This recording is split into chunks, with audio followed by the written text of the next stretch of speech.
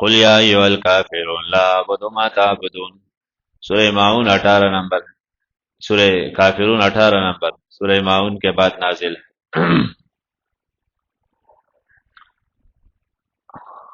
اب اس صورت میں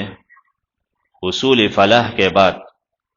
براءت ہے مشرکین سے۔ کامیابی کے اصول ہم نے بتائے جو توحید ہے، تو جو مشرک ہے اب ان سے بائیکاٹ کرو، بائیکاٹ نہیں کرو گے تو پھر تمہارے قوت کا اظہار ہی نہیں ہوگا، تو یہ ضروری ہے۔ پہلے قرآن کا ذکر، اب منکرین قرآن کے لیے ڈانٹ۔ سورت کا دعوی مقاطعہ ہے اللہ کے دشمنوں سے، اور رد ہے شرک اعتقادی اور فعلی پر، عقیدے کے عمل کے شرک پر رد۔ کافروں نے آپ سے کہا کہ صلح کرتے ہیں، مکس کر کے چلے، کچھ تم ہماری باتیں تسلیم کرو، ہماری باتیں یہ کہ ہمارے معبودوں کو برا نہ کہو، حالانکہ وہ برائی یہ سمجھتے تھے کہ ان کی کمزوری بیان نہ کرو، اپنے اللہ کے بڑائی بیان کرو، آپ کو کس نے منع کیا ہے؟ لیکن تم یہ کیوں کہتے ہو کہ یہ کچھ نہیں کر سکتے، اللہ نے ان کو اختیارات نہیں؟ ایسے کہو سب کچھ اللہ کے پاس، یہ تو ہم بھی کہتے ہیں سب کچھ اللہ کے پاس، مالک اللہ ہے، لیکن ان درگاہوں کی کمزوری بیان نہ کرو، آپ یہ کیوں بیان کرتے ہو؟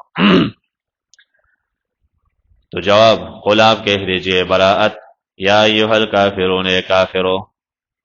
تو کافر کو کافر ہی کہو گے، تو یہ نہیں کہ یہ سختی، وہ کفر کرتا ہے تو اے کفر کرنے والو، لا اعبد ما تعبدون، میں عبادت نہیں کر سکتا جن کے تم عبادت کرتے ہو، ولا انتم، نہ تم عبادت کرنے والے ہو ان کا اعبد، جن کا میں عبادت کرتا ہوں، ولا انا عابد، نہ میں عبادت کرنے والا ہو ان کا جن کے تم عبادت کرتے ہو، اور نہ تم عبادت کرنے والے ہو اس کا جس کا میں عبادت کرتا ہوں۔ یہ دو بار کیوں؟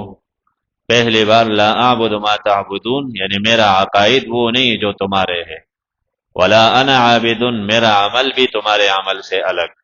تو اسی طرح تمہارے عقائد بھی میرے عقیدے سے الگ، تمہارے اعمال بھی الگ،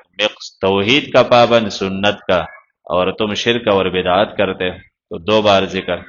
یا لا اعبد، میں فی الحال عبادت نہیں کر سکتا، ولا انا عابد، میں آئندہ بھی عبادت نہیں کر سکتا، اسی طرح نہ تم فی الحال میرے ہو نہ آئندہ میرے بنو گے، تو یہ مکمل بائیکاٹ کا اظہار ہے۔ یا پہلے عبادت مراد ہے، ما سے مراد عبادت، اور دوسرے بات ما سے مراد طریقہ عبادت کا، تو نہ معبود تمہارا میرا ہو سکتا ہے اور نہ طریقہ عبادت کا ایک ہو سکتا ہے، دونوں اس لیے بار بار تاکید کے ساتھ کہا۔ خلاصہ یہ، لکم دینکم، تمہارے لیے تمہارا طریقہ، تم اپنے طریقے پہ رہو، میں اپنے طریقے پر، تمہارا طریقہ شرک ہے اور میرا طریقہ تمہیں سمجھانا ہے، بس میں سمجھا دوں گا کہ شرک ہے، ایسا ہے، تم نہیں مانتے ہو، مجھے اذیت دو گے، تکلیف دو گے تو دیتے رہو، آخر ایک دن تو فیصلہ ہوگا۔